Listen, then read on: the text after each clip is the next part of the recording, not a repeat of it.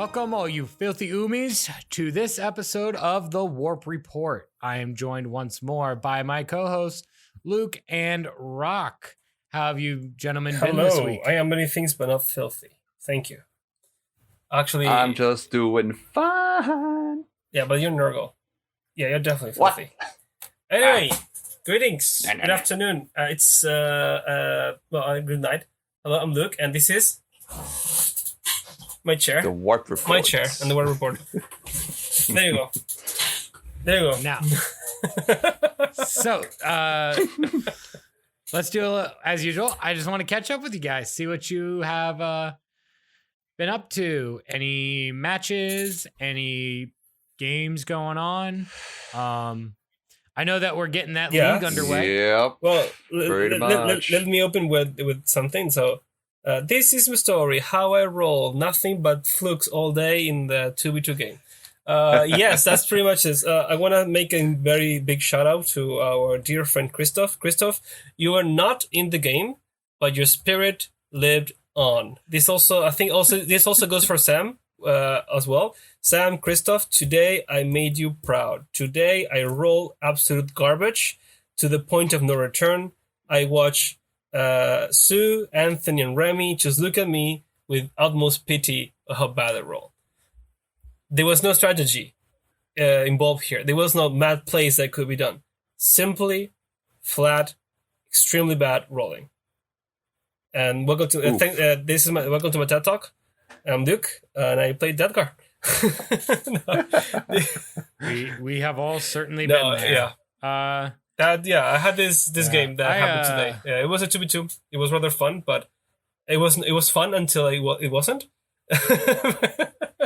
When that happens, it stops being fun and it becomes a complete different beast because you try to pick up your brain to how to salvage the as much as possible, but when the dice do not follow anything, there is a point of no return. So yep, that's pretty much summarize of my game. At some point, chaos. Yeah, so this is how horrors felt at the last seconds when the emperor was about to strike him down, and the chaos god says peace out. It's like they just faded, like the meme. Peace out, brother. Peace out, bro. This is how Abaddon feels on the daily. This is just how Abaddon feels on the daily. Good lord, Dios mío. No, dude, I am fully convinced, and I'm gonna go on a bit of a chaos theory right here. Ooh. I am fully convinced that Abaddon is actually like almost Primarch level power. He is. But Zeech thinks it's hilarious to watch Abaddon get his teeth kicked in all the time. So just keeps changing fate at the last second just so Abaddon gets destroyed. Because Zeech finds it hilarious.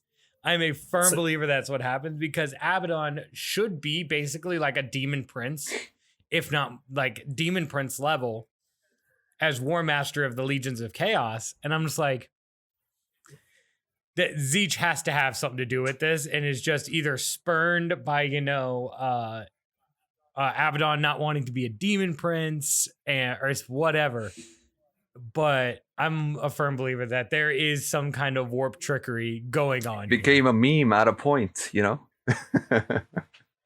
My favorite meme is the picture of the Blackstone Fortress being thrown at Cadia. And it says, parry this, you casual. That's the whole Blackstone is the equivalent of Rage Quit. That's like on tabletop level. That's like, you know what? I'm done. Just throw the dice. I'm done. Just literally throw. That is just because like it's table flip. Like for example, today we were like getting shot by Admec, and Remy said, "I'm gonna use my 3 CP stratagem," and I throw my measuring tape on top of your blob of Skitari, and it's very efficient. He kills a lot of his Skitari. But that's equivalent of what I saw when the Cadia fell.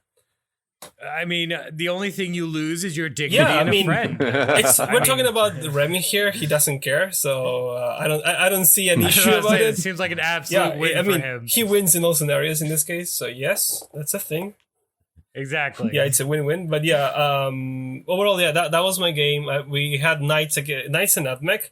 My issue was I rolled so bad. A knight should have died. Like 4 times the knight should have died, but he didn't. And that was pretty much game. He just woke up to me. He one-shot my Terminators. On top of that, I rolled like trash again on my Terminators. Saves, feel no pains. By turn 2, I got Admech and Knights shooting at me. And doesn't matter how disgustingly resilient you are. when you get 2 armies shooting at you, you're not gonna stand there. I took like a champ, but it didn't matter. I was dead like a champ as well. Yeah. Well, it's like demons. It's like, hey, we have army-wide invos. That's great. But if you throw enough bullets at them, they will eventually, mathematically, have to die. At some point. Just do the math, Rock, because you're going to be facing this in the tournament. So our dear friend Anthony, he has his Guitar Vanguard. Oh, fought against that before. Yes. So he shot 53 times to my Playboard Scroller. Oh my gosh. And it did 11 wounds. It was down to 1 wound in the end. Now, I want you to do the math. He shot 51 times to a toughness 51 times to a toughness 8 model. So he was wounding he was hitting on 3s. Sorry, 2s, because he had he had hit on 2s, wounding on 5s. Imagine that if that thing was not a T8. Oh damn! Yeah, that is Swiss cheese. That is that like thing, the Terminators. Yeah, can you just imagine? He will have destroyed the Terminators. And those models auto wound on 6s. And the last one, like if I remember correctly, he shot at my Termies and it did I think 70 shots, if I'm not mistaken, or I don't know if I'm exaggerating. He can do that. He can double the number of shots. Yeah, and I still managed to survive, man, for some reason. I've done that. I once had Blessings of the Dark Prince on a keeper. So he got 60 shots, but he was only wounding on 6s. But he was only wounding on 6s. You just gotta have a faith, believe in the heart of the dice. Bro, demons have so many debuffs. I don't need to believe in the heart of the dice. I believe in statistics. Well, I don't believe in statistics. Today I roll. We talked with Remy and Sue. I roll below average. Okay, I had I should have rolled much more better than that. I even rolled below the average threshold of the numbers I had. So, yeah, man, I really actually do hate it whenever my dice are just just falling all over the place today, but it's we choose to know. It's I feel like Anakin. It's we recognize that you played a good game today, but we do not grant you the rank of average. That's how I feel sometimes, man. It's literally I have the high ground here. Yeah, we are all just victims of our dice, are we not? We are to the dice. Although we just got some dice made from Chessex. That I'm really excited about. Freaking betrayed me. I almost dropped an F-bomb there. That's what happens, dude. What happened to Nurgle dices, man? No, what happened? I don't use the Nurgle dice Chessex, because people complain. Chessex said, why? Yeah, and Chessex said no copyright. They're hard to read. Yeah, no, they're hard to read. Okay, fine. No, if you're not used to reading them, they are pretty difficult to read if it's not something you're used to. Nah. I guess, Luke, I've played with you enough times or seen you play enough times. Yeah. I'm used to it. I don't know why.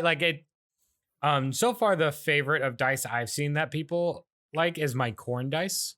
Yeah, the box cutter. Which the what? Oh yeah, the ones that killed the blowjob. Yes. I still feel bad about that. The blowjob till this day still has I'm not PTSD. joking. They are blessed by corn, one way or another. They definitely are blessed by corn. Yeah, I will always feel bad about it. But yeah, they the cool part is since the number markers are skulls, the 1 is a giant skull and the 6 is the mark of corn. Oh yeah. So it kind of just works out super well how the dice read when you throw them. 1s and 6s are super easy to identify. So yeah, that's just really nice. But no, I love our new Chessex dice. We're not sponsored, but I'd love to be. I love like dice. Oh, speaking of dice, I do like the Sousa's Daka dices for the orcs. Like before the new codex, it made so much sense if you think about it. Yeah, all his one was like a orc skull, and his six is are just said Daka. Yeah, it makes so much sense. I was like, oh, I that's just so don't good. like your golden dice, Rock. They're rigged. Your Chinese dice are rigged. What is that? I hate your golden dice, man.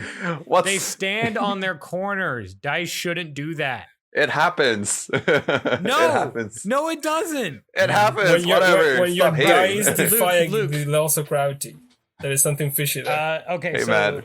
Luke, I own over 160 dice because I am a gremlin. Have you ever seen me stand one of my dice on end? Just because I want to know you, I'll say yes. No, I haven't seen that. They're pointed. It's physically impossible. Yeah, like I Not have with the that little, altitude. So I have little Chessex. I have little Chessex castle dice. All right, like the little dice boxes of 36 you get. I have one. I have two of those. Mm-hmm. I have my 20 corn dice, which have sharp corners, so they can't stand on their ends. Ah, okay. And I have 90 custom dice from Chessex. None of them can stand on it. I have 40 Korea dice coming soon, by the way, for all those in our community. That is going to be something coming down the pipeline. I have a couple of prototypes of that. And I have 50 Weeb dice. Okay, how Weeb are we talking about? How Weeb? Are you familiar with the Fate Heaven's Feel? Fate Stay Night. No, Fate Stay Night. So. Yeah, Fate Stay Night. No, that's the movie, but the whole franchise is Fate Stay Night. Okay. I got this idea from the movie because I love the movie. Mm-hmm. The three movies, the trilogy. Anyways, I have I have dice with the command seals of my favorite servant, Rider Medusa. So I have her command seals as the 6 on a set of black and purple dice. Look at sabers. The black and purple Geminis from Chessex, which was very, very cool. We went in as a group order, as a community, and just made a massive Chessex order. It was really, really cool. Oh, yeah, I remember. Our leader, Suhan, ordered like 500 today something like today that. When we were like making the deployment zone, he said, "So give me dice." He just put the bag and he just dropped the bag in the middle of the table. I'm not kidding. It had to be like 300. It's at least 300 dice. It's like a wall of dice. Literally, just because I could, I just made like a wall of line of dice, 60 inches line of dice, and I still have dice to spare. Jeez. Just because I could. It is very, very funny. But that's going to be available, I believe. The plan originally is to make some of those available to players. You can purchase them through Sue at a tournament. You can purchase them. But also, like if we end up getting Worlds teams, those are going to be the dice for the players on the World team to trade with other countries. Luke and I have already traded some dice.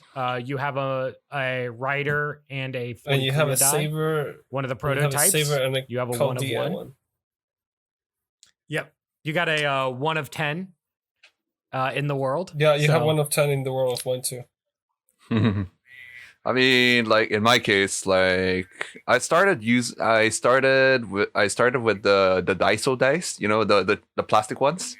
So like, I mean, hey, as long as it works, man, they're cheap and they come in a bunch. So I just like bought like a bunch of them, and at the same time, I did have like the good dices like when I was back in Philippines. Like I did have them. So, but like after seeing like those dices, what like people have, like, I started to like wanted to get like new dices, so I ended up like buying the gold dice. That's like the metallic ones. Yeah, the rigged dice. Yeah, those things. It's not rigged. The thing I probably hate the most about those dice is if you don't throw them inside of a tray. They're a problem. But also if you throw them inside of wooden trays like we have. Yeah. they can damage the dice trays. I guess, but like you just gotta roll it softly. Heavy. To be fair, you can just roll them softly. But even then, they're still really heavy. But also, if you're like me, where you're rolling 6, 8, 10, 12 of them at a time, there is no way to roll those softly. Oh yeah, I guess. And for them to be like considered, one reason I like my light Chessex dice, like the ones I have today, I was using today, I can throw them against the side of the dice tray, so there's no question of like a truly random roll. They bounce in the dice tray really well. Okay. I like the sound of clattering dice, to be completely honest. I just like my gold dice, okay? Leave me alone. I just like the sound of models being pushed off the table. I love gold. Bruh, no. As I say, I hate your dice with a passion, and I will go to the grave with that one. But at least you'll be taking a brief break from your hiatus pretty soon, Rock. Yeah, I guess it's I guess I'm joining the tournament, technically, which I got a pass from the bet. Don't you lose the bet? Don't you lose the bet? No. Benny gave me a pass for this one time, I guess. Yeah, what is it? Y'all bet like 100,000 won. You couldn't stop. You wouldn't playing Warhammer for like 6 weeks. It's him. Like he said, he didn't want to see me suffer. Yeah. I mean, technically, I was suffering. He said that, but then he was the first one to say, "Rock, why are you not in my house playing Warhammer?" He missed you. He missed you most. Because then he realized that you're basically the one living there. He's like, "Yeah, I have people over every weekend." Yeah, you stopped playing. And like, then you realized guys, every weekend was just play. Rock. 2 weeks in a row, he's like, "Guys, is anyone coming?" And he's like, "Yeah, people didn't come over for 2 weeks." I'm like, "This is what happens when you kick out your loyal puppy." Wow. Okay. Don't you are a lost puppy. Don't tell me that. Just like Sue and Justin took me in. We all got taken in by someone, man. We all got taken in by someone. Justin and Sue took me in. Papa Remy took in Justin. Luke, first it was Justin for me, and then because of distance, it's been Remy picking up leftovers. Order changes, man. Yeah. Well, the thing is, I was gonna say Remy or like Justin like brought you to the shelter, and Remy's like, "I want that one." Jesus Christ. I want that one. Just like from Lilo and Stitch. I'm not going to argue that. Like, go on. The Argentinian, what is it? An Argentinian sheepdog that is just ended he finds him at the shelter. Yeah, Dogo. Because it's called Dogo. Literally called Dogo. Seriously? Oh, is that Australian? No, Argentinian. They are bred for hunting. They can lock the jaw, and even if you kill them, they will not gonna let you go. They are extremely brutal. Not very fun to it. There's a video of a TV host was like petting one, and the guy attacked, and the dog just mauled the face of the host.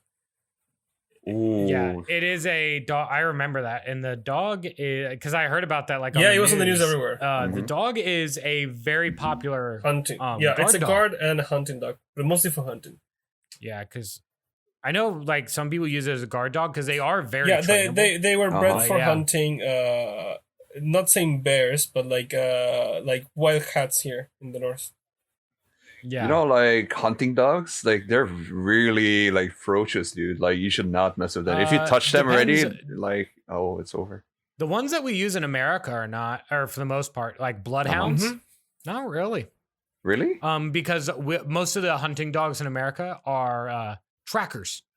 They're not actually like guardian or fighting or like guardian dogs. Oh yeah, they have roles, right? Hounds are trackers. They do have roles. It's like a raid. They have their raid system. They have the tanker, the leader. And you mean we have HQ? You have your HQ, your troop, your elite, your fast attack. Exactly. They have everything. Well, no, I'm not saying that I'm like whenever in Songdo that Sue and Bill found a Labrador Retriever, but they totally found a Labrador Retriever. Let's be honest here.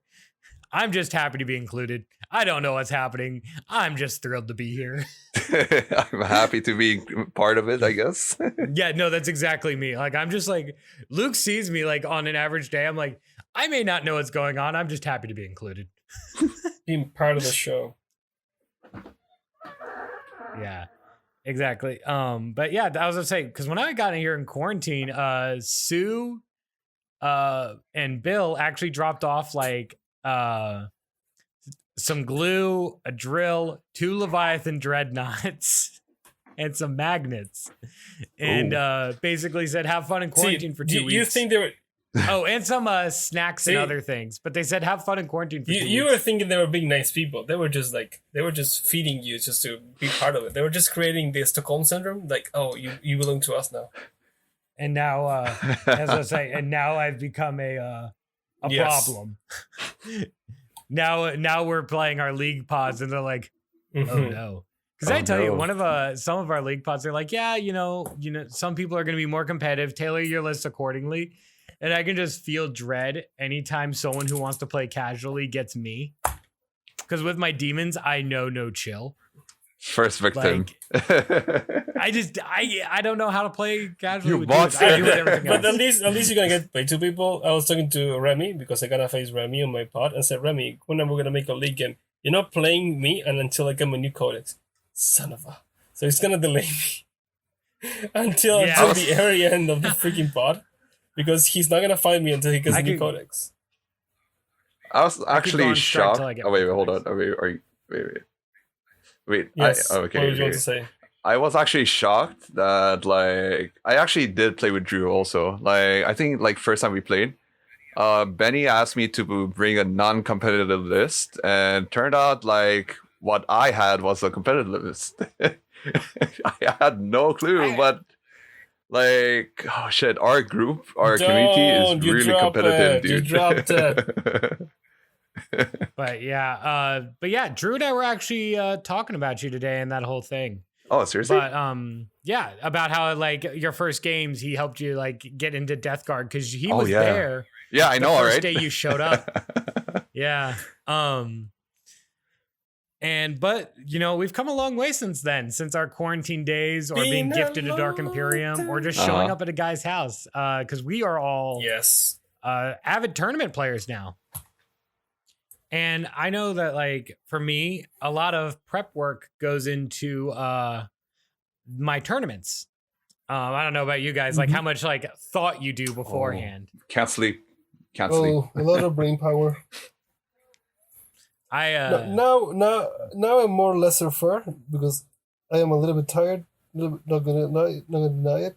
But a few months ago, when I was more into it, I was brain exercise. Yeah. Peak performance output. Now I'm can I kill this thing in 2 shots? Yes or no? Okay, let's do this. That's pretty much it.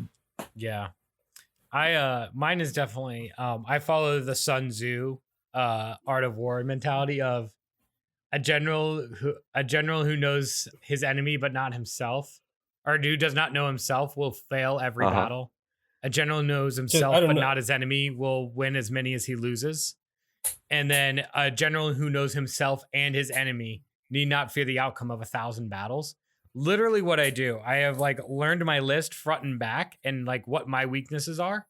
And then I start reading up on everyone else's and try to figure out what they do. Dude, I don't even know myself. We were laughing. I was laughing earlier how I'm not in the next tournament because I will be away out of town during that time. And everyone has come to me asking what everyone else in the tournament is running.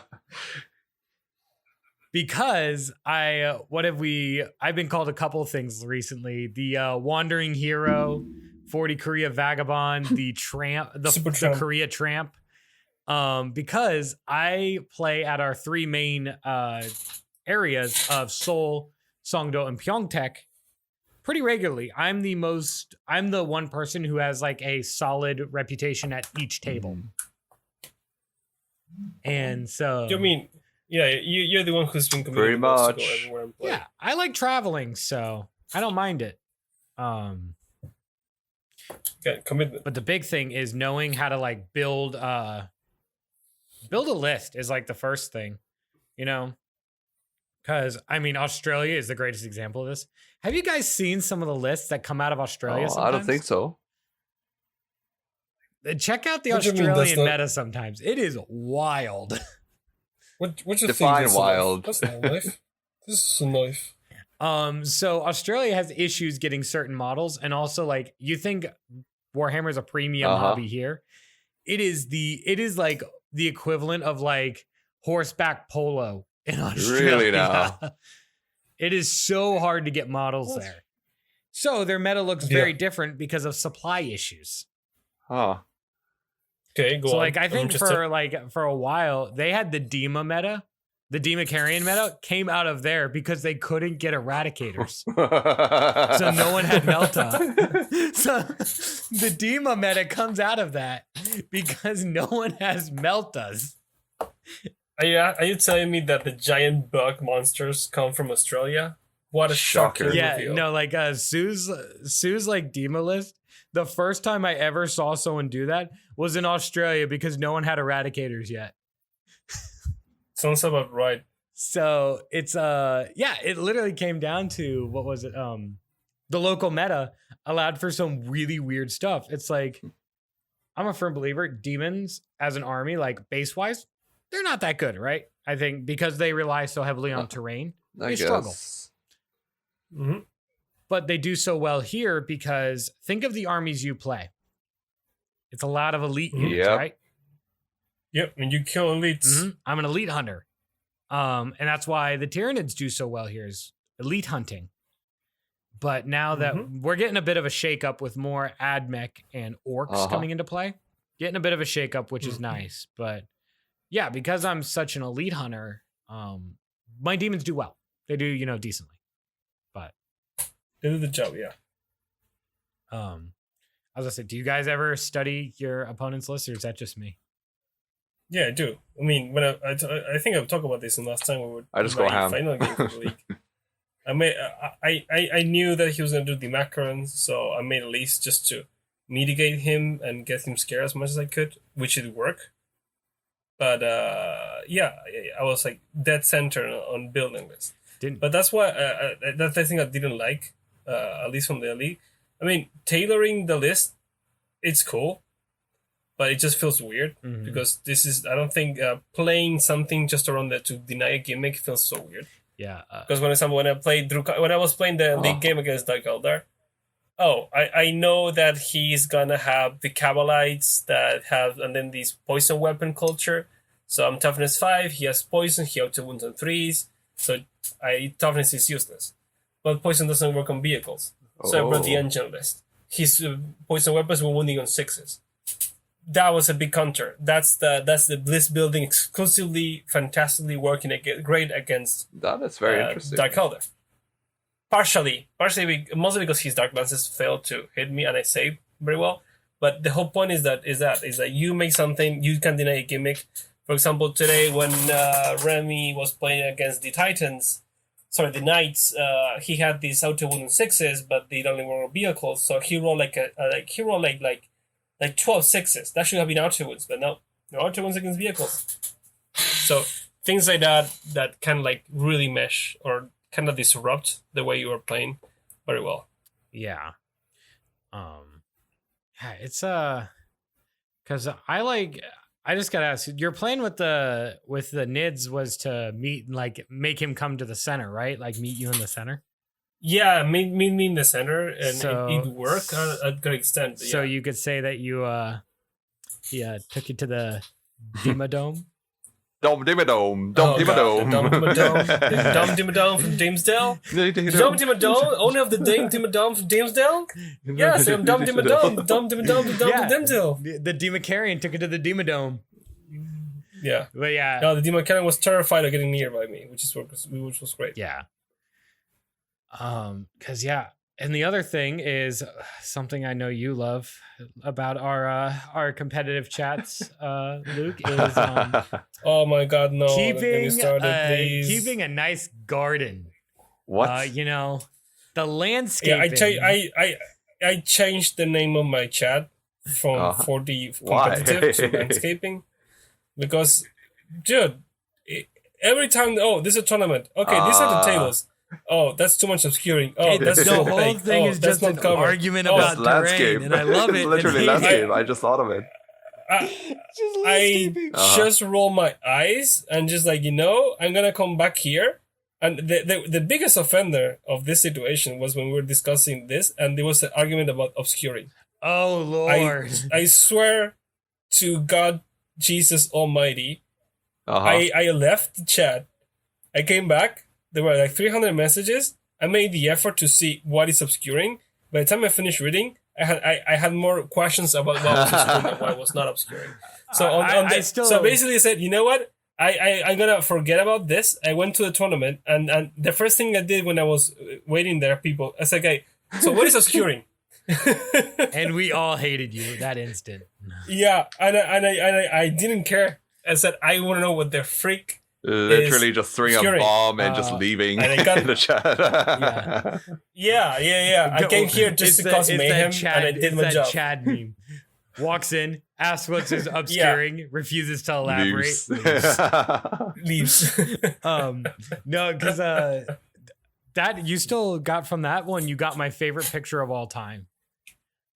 Which one? He took a picture of how many messages been sent, but I was the current message, and all you saw was 300, and it ended with, "You see firing lanes, I see charge lanes." Which, if you played me, that's exactly how I think. Everything's a charge lane. Which I always joke to this day, because of that tournament, I prompted map changes, because there used to be firing lanes in our tournament maps. And then I beat the Space Wolves in under 45 minutes.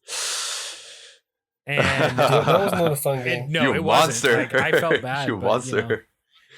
But we changed our maps after that because we didn't want that happening again.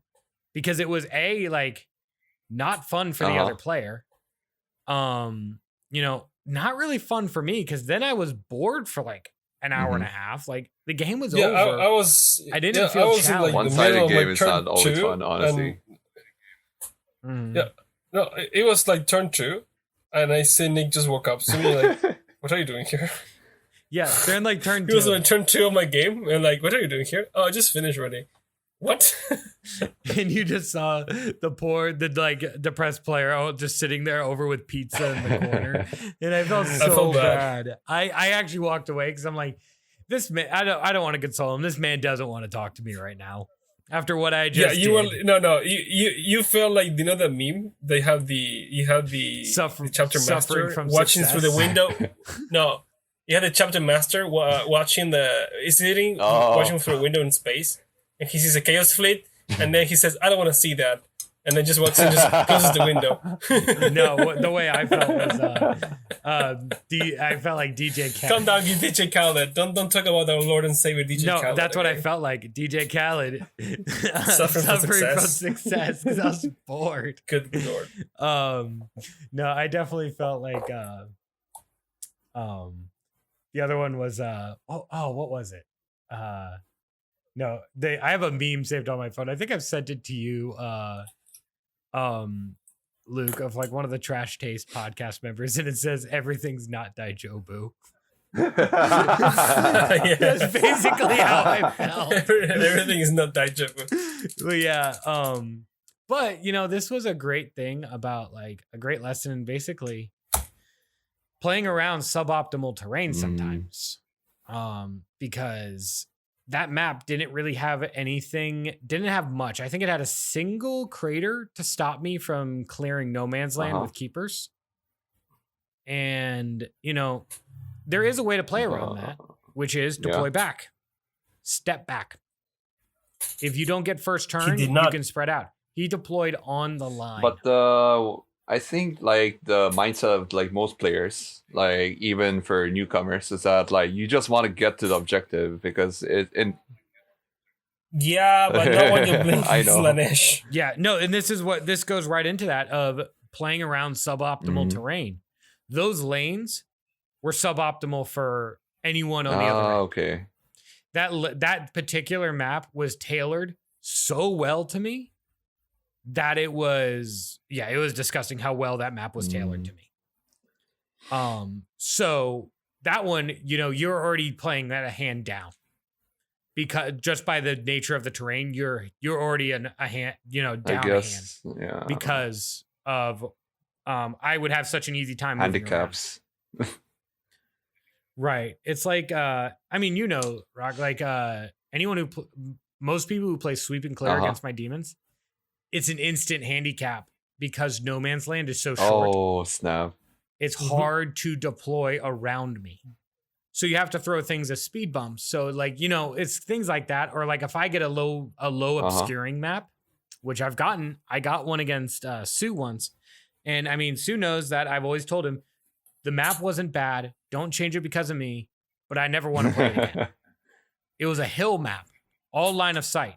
The problem is my keepers are taller. It was our first, the map was our first game, Rock. Remember the tournament? Yeah. There was no obscuring. I was actually shocked, like those like walls are not obscuring. I was like, wait, these aren't obscuring. I got one keeper to the other side. Just one? Wow, that's rather surprising coming from you. Yeah, because the deployment zones were so tight because of all the hills. It was so hard for me to move because nothing was reachable. I couldn't move anything. So my keepers already had, were already being cut at the knees because I couldn't run. And then there was a biotitan on the other end, just unloaded. Just shooting. Just sitting and shoot. Yeah, but I should have learned how to play around that better. That is on me. I should have played around it better. It was my first tournament as demons. Wait, that's your first? Yeah, no. Not the one as demons. Not the one you played in. Oh yeah, no, was it the one I played you in? Rob? Yeah. Did I play you in that one? Yeah, that was the that was my first Rock's tournament. What the heck? That's when he went against me, and I think that used my own strategies against me. This was the tournament before that. Okay, that makes sense. Okay, that makes sense. Because no, that was the Nids game was against because I came off that loss. No. If you talk about the terrain, it was Rock's first. Yeah, tournament. No, I was thinking the Space Wolf game was the tournament before that. No, the Space Wolf game was different. That was the tournament. Okay. Yep. Sam was in that tournament. Yeah, because I played Sam and he didn't leave his deployment zone until turn 4. His chaplain managed to run out. Yeah. Shout out to Sam. Miss you, man. Yeah, his chaplain managed to run out of the deployment zone. He got one Death Watch squad. He got one veteran squad out of the deployment zone on turn 5. That is all that survived from his army. Was a chaplain in a single unit, or a single squad.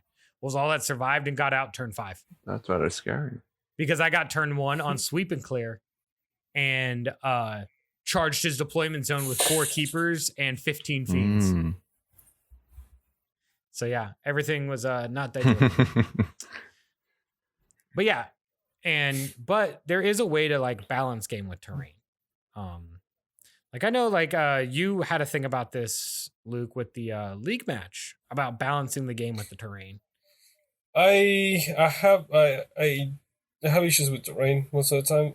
Mm-hmm. Mostly when someone it's done in a way that in because at first glance it doesn't seem like it, but there are terrains that are really beneficial to some people. For example, sweep and clear, the like little obscuring, or like basically a charging lane was made. Or in another game there was no obscuring, so I had the Biotitan just sit there, perfect view for everything. Nothing could be hidden. There was no obscuring, so it was like shooting in a barrel.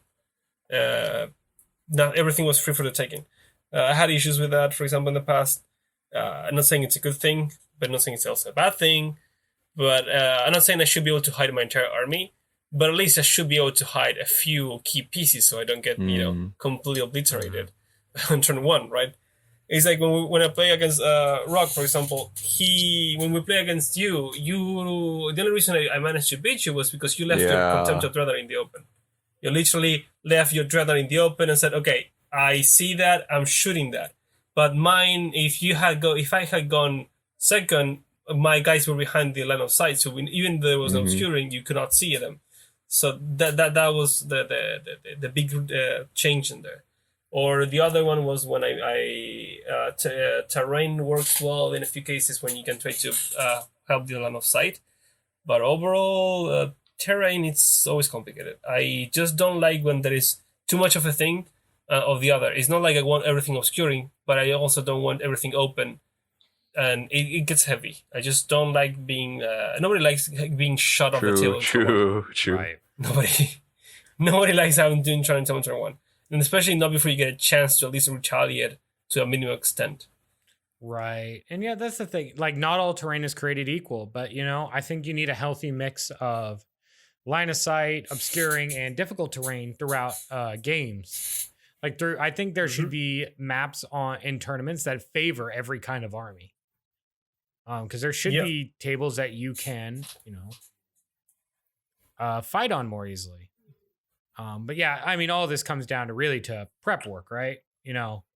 Looking at the maps beforehand, looking at what kind of armies are going to probably show up, whether it's the international meta or the local meta, trying to basically minimize mistakes by knowing what is coming at you, trying to expect as much as you can.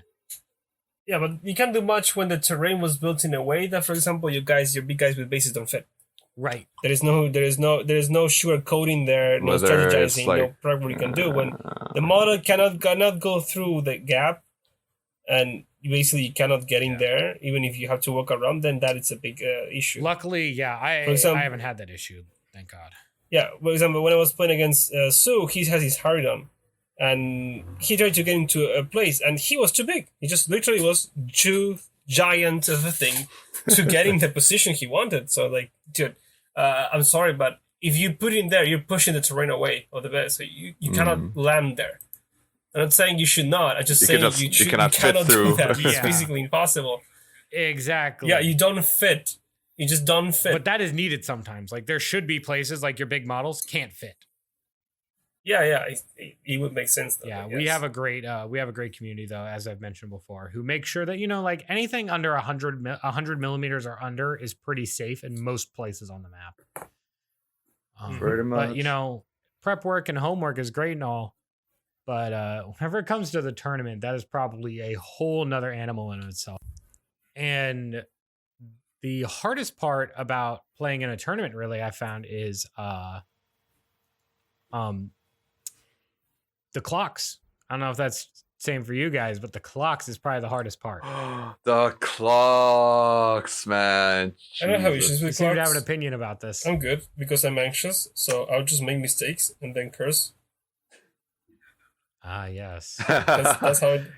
Yeah, that's how I roll. I think clock do help when it comes to make you play fast, but at the same time it makes you exposed to mistakes, oh shoot, I forgot to do something, or just literally, or make you do mistakes. Oh, I forgot to move this, I forgot to wrong measurement, those kind of exactly things. Clocks are great. And, clocks are great when at the beginning, when you're fresh and you can focus on the game, and then you reach the game number 3, you've been playing for 6 hours nonstop, your eyes are closing, you're tired, your palms are sweaty, your mom's spaghetti, and you just want to go home, and then the clock, and then you just forgot half your rules, and that's how you underperform as much as possible. I will always feel bad. Game 3, it was hot, I was tired, and I snapped at Sam. Oh God, no! During a game, I got really snappy with him, and I apologized to him until the day he left. I felt so bad. What happened? You just got but I was cranky. I got really rude with him. You know how I am when I'm tired. I get really snappy. You certainly the Snickers. Yeah, no, I was tired and hungry. I needed a Snickers. Needed Kit Kats. But yeah, it was But the biggest thing you can do is the number one thing I notice when people run out of time is they lose unless you're Remy. Remy, I think, could play at Mach 4 and would still run out of time. The big thing is people lose most of their time in the deployment phase. Mm-hmm. So I see, because that's something you can't. Really? That's something you can't plan. That That's is a true. reactive stage, so you can't plan for it. So a lot of people lose their time there. I don't know if you guys have seen that, but that's what I see. Yeah, I'd say movement though. It takes most Depends of the on time. the army, yeah. I see Remy most of his time. Remy loses time everywhere. That's different. Yeah, I mean, don't get me wrong. He's very precise. That's fantastic. The thing is, yeah, I was gonna say, the worst part is he'll run out of time and still beat you. How? Oh, He wait, how? outscores you that hard for the entirety of the game and like runs out at the end of turn 5. We'll start running out, but he will outscore you that hard the entire game. Yes, he's like that. Have you played Remy before, Rock? No, Imagine a I surgeon. only saw him twice. Imagine a surgeon. That level of precision is what you deal with all game. Remy is just straight up surgical. Interesting. But the thing is, his surgeon knife is Black Templar. So it's like someone being surgical with a sledgehammer. It's terrible. That's No, he has That's a lot rather of scary. tools that like they're gonna get you off the hook. But I mean, I could go forward, but the book is gonna get changed. But for example, he has things like devout push. He can just consolidate in combat. It's like a charge without charging you, so you don't get to Overwatch. And if you have the blight spawn, it doesn't matter because he didn't charge you. He just walk in and consolidate it. So yeah, and he can do that What the in, heck? in command phase. He can do devout push and move just 3 inches, or another 3 inches if he is and it can be 6 if he gets buffed by Grimaldus. So he has a he has a lot of shenanigans like that. That if you're not paying attention, he will just like catch you off guard and like, oh, you can do that? Yes, I can, and I'm doing it. And like, oh, you're dead now. Oh, okay, yeah. Yeah, and you can't attack the Terminators that consolidated into you because you didn't charge them. Yeah. You can fight back after he fights, but it doesn't count as charging. So, for example, you wouldn't get any benefits if you did. If you get them, they charge you, and they wouldn't lose anything. They just walk up to you. They walk up to you, Ali, and like, hello. It's like they have the follow blight spawn and Pretty much, they basically ignore that. In that case, they completely ignore it's crazy. It is crazy. The stench bats, yes. But the big thing, It's madness. the big thing is with these tables is, the thing I always do, my strategy is place my least important stuff first, like demonettes. I place I have brimstone whores that will hold my backline objective. So I drop those first because I know where they're going to go. I know what they're going to do, and that will not change from game to game. So I just put them wherever they go. And then I start placing demonettes around, but I gauge spots where my demons need to be. So I will never put a demonette in like an area that could be used for a larger model to sit behind a building. But I'll expose a lot of my demonettes. They're the sacrifice. Demonettes are 7 points a model. A Bellicor is 360. Which one's getting the building? Which one's getting behind the building? I'd say. Literally, actually, do you know what's terrifying? I run 5 squads of demonettes, 50 of them. Which do you think costs more? All 50 of those demonettes or Bellicor? Demonettes. I don't know, man. You do the math. Bellicor by 10 points. No way. Oh, that is rather surprising. They're 70 points for 10. Which makes 5. They're 350 points for 5 10-man squads. Bellicor is 360. So, like, that puts into perspective, like, just how expensive he is, like, for a demon army. No, I mean, honestly, I think Bellicor is cheap. I mean, for what he brings to the table, he looks cheap. I mean, yeah. Well, he is pretty cheap. You can almost get a squad of 10 demonettes and a Lord of Change for the cost of Bellicor. Like a fully kitted out Lord of Change. What? It's off by 10 points again. The Lord of Change is 300 points. He's a big chicken. But the big thing is, I plan, my strategy is plan for T2. How come? Plan not to get the first turn. Well, Rock, I know last time we played, that didn't happen.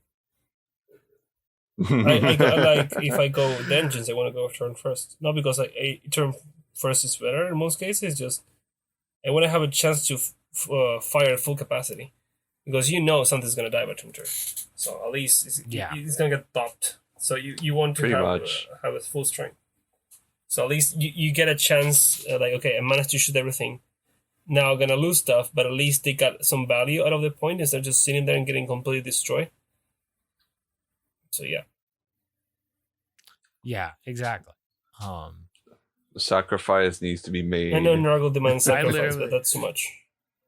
I literally look at my demonettes sometimes as I expose them so that like Lord of Change, Bellicor, and my keepers can all get cover. And I just look at him, it's like, I'm sorry, little one. I'm sorry, little one.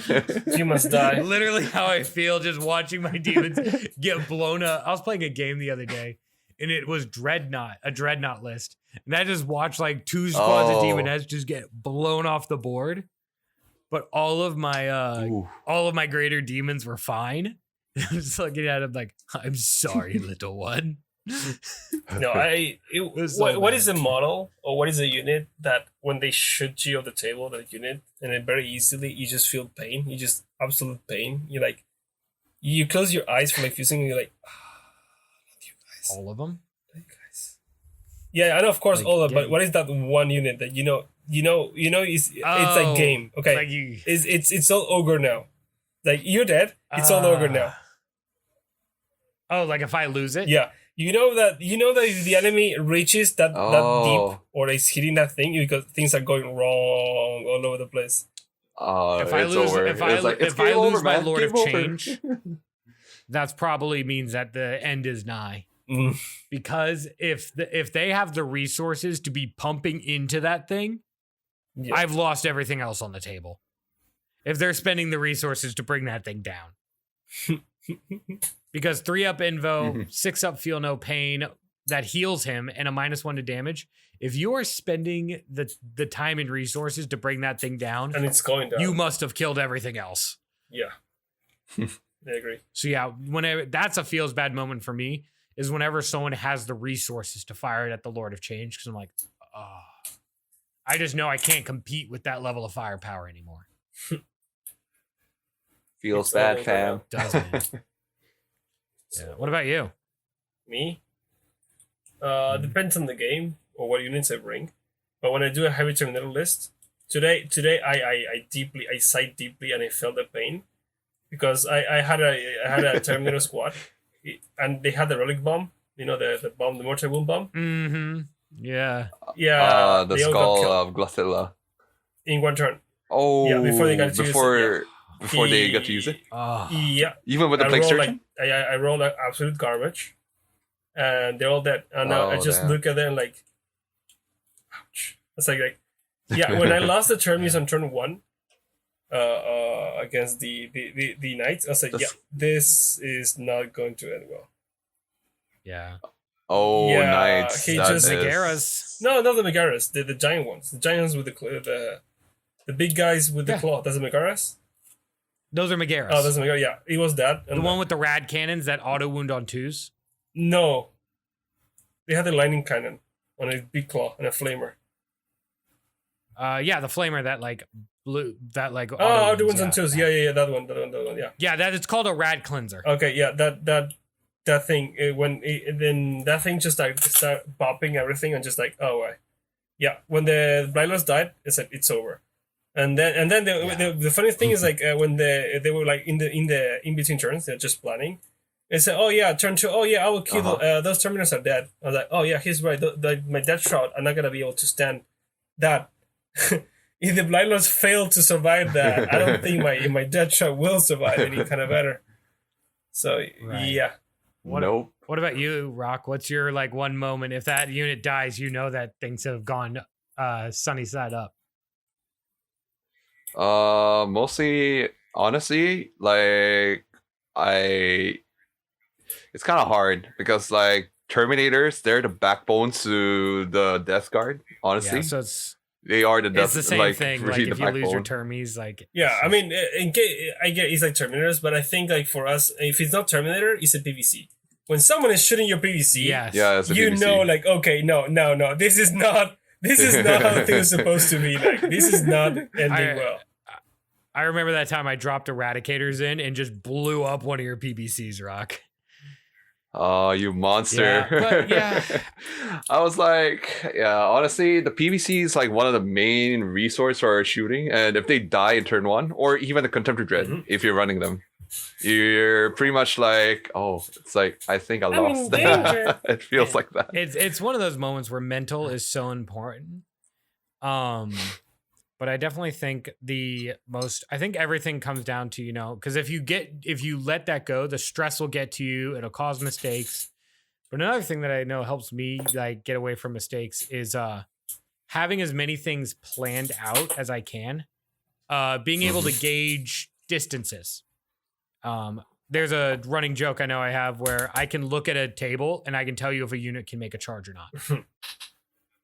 Because I've done it so many times, I can just gauge if they can make that charge. Or it's like your daily Joe already. Yeah. Like, okay, I could probably make the charge. And then people will be like, how far is it? I'm like, it's about an 8. And usually I'm pretty close. But yeah, I know, like that. Rock, I love your cheat sheets. I use data cards. To reduce time looking through. If you haven't memorized, you mean the cheat sheet? Exactly, you mean my cheat sheet. Yeah, and literally, hey, it's mine now. This is mine now. To reduce time spent digging through the book.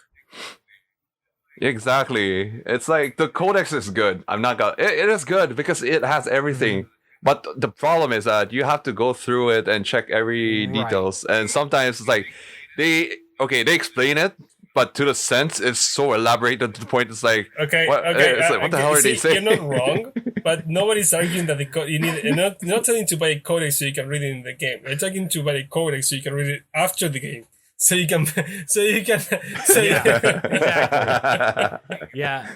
I'm not saying you shouldn't get codex. Okay, I'm like totally like with the people that you should buy codex, but at the same time, I'm just saying like the pros and cons to it. Okay, the pros and cons. And it comes down to it's just a planning thing. Minimizing time, like if you can minimize time anywhere. I memorize as many of my units as I can. Same. I memorize their stat lines. Or my most commonly used that's very stratagems. important. I memorize them. Yep. But also, this is something I learned from Justin was counterpunching. So I used to throw haymakers, and I would just, if my punch connected like it did on our game against you, Rock, it was devastating. Mm-hmm. But against Luke saw one of my haymakers miss. Haymaker? What do you mean haymaker? It was cleanup. Remember whenever I charged a Bloodthirster and 2 Keepers and they missed? Oh yeah. And you mowed me down from there. yeah. So that was a right hook. I put all my weight into that punch and it missed. Yeah, that was a hit or miss. Yeah. So now I play by counterpunching. Like I put 30% of my weight in. So if it misses, I take some losses, but I can still recover. Yeah. All in is good in general, but at the same time, it really bites you in the butt if you fail. Exactly. Like seriously. And it's that reducing the chance of mistakes, and being ready to sacrifice for the greater good. No, shut up, you filthy Tau. This is not a Tau. But no, literally, I remember you played Mirok and you said, "Yeah, I put my Poxwalkers behind a building." And put the Plague Marines in front. And I'm like, okay, I'll charge the Plague Marines. Thank you. I think it was supposed to be backwards. I thought they could handle it. Yeah, he used his Plague Marines as speed bumps for his Poxwalkers. I should have been the back. The opposite. Yeah. Okay. I sacrifice Demonettes all the time. I sacrifice Keepers sometimes. If the play calls for it, I will straight up sack a Keeper. I have done it. I've seen it. The Poxwalkers were just like supposed to reach for the objectives, and they couldn't go out because of those what do you call those things? You cannot Fiends. leave apparently if you're charged. Fiends. Yeah, those fiends, Yeah. like they just lock me in and like they can't leave. Yeah. I couldn't leave my base for the whole game. Like literally, turn 1, I'm just stuck at a base. Turn 2, stuck at a base. Turn 3, stuck at a base. But the worst part is that like how you manage to pull those 5 of involve every time when I attack with my Terminators. Yes. I was like, what? Yeah. I also, something I've gotten in the habit of doing lately too is keeping piles of dice in like stacks of 5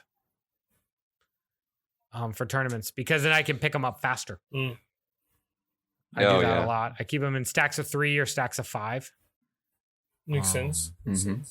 Or I do things like makes sense. I count my opponent's dice while they're wounding. I count them. So I'm already picking up dice as they're telling me how many saves to make. I'm already picking up my dice. I swear to God, sometimes like Warhammer game, it turns to a chess game because of the clock. It is like advanced literally chess. This is super advanced chess. Yeah. It's so fun. Like it's like it makes me think like, wait, am I playing chess? Yeah. Like, to the point that like how we're pressing the clock. Although slapping the clock feels good, I gotta say. Yeah, it does feel good. It's like, and I somehow like get the connection. Like, oh, so this is one reason why people enjoy playing chess and competitively. Yeah. Also, I don't know if you always hear me do this, or I got this habit partially from Luke too.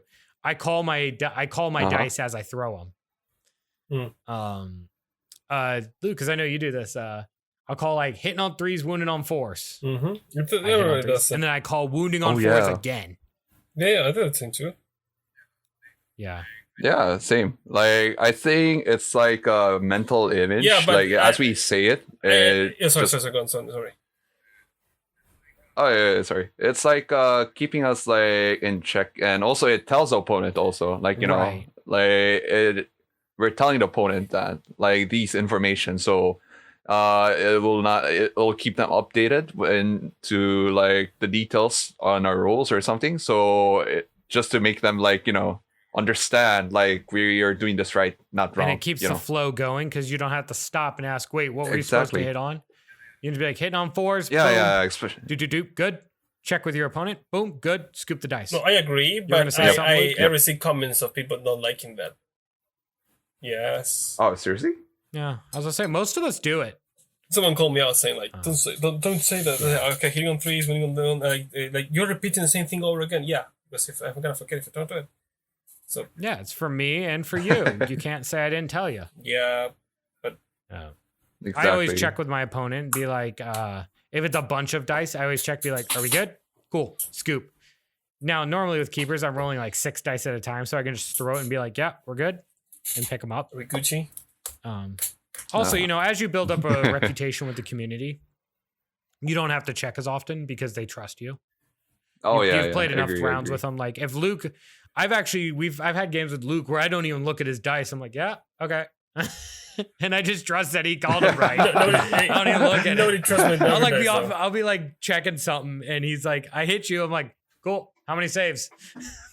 I don't. Nobody trusts my number dice though. Yeah. It's like you play so much game with a certain player to the point like just ask her like, okay, how many saves do I need to make? Yeah, exactly. And I think everything does come back to adapt I'd never like have a game plan, but never be married to it. And oh yeah. I have this saved in a picture from a message that Lucas sent me. Don't take the bait. Bait for the bait god. Don't take it. I sent him a lot of memes like based on Primarchs. Like your meme is your bait is so weak you couldn't bait the word either. Yeah, Gate of Batalon. Yeah, Gate of Babylon, and like Gilliman is like a fish, and like this is not a tactical bait. Yeah, exactly. Yeah, like honestly, like I understand, and since this is a tactical game, like you're supposed to be tactical, but at the same time, like sometimes you get outsmarted. sometimes you just need to, yeah, or like you just play ham, like literally, you're not even thinking, you're just deploying it randomly or something like that, and people get like bamboozled, like what is he doing? Like Exactly. what is he planning? To the point you're that so thick, it's you're throwing a so dumb and facade. smart. But yeah, I I am think that's brutal and a good cunning. place for us. Brutal but cunning. Yeah. I think that's a good Cunning place but to, brutal. Exactly. I think that's a good place to wrap up, though, with our final words of be cunning, don't take the bait. Cunning, but don't forget to be brutal also. Remember, if you listen to this, you just lost the game. Yeah. Don't lose your way. Thank you for that, Luke. And I now hate you, but this has been the Roark Report, and have a great week.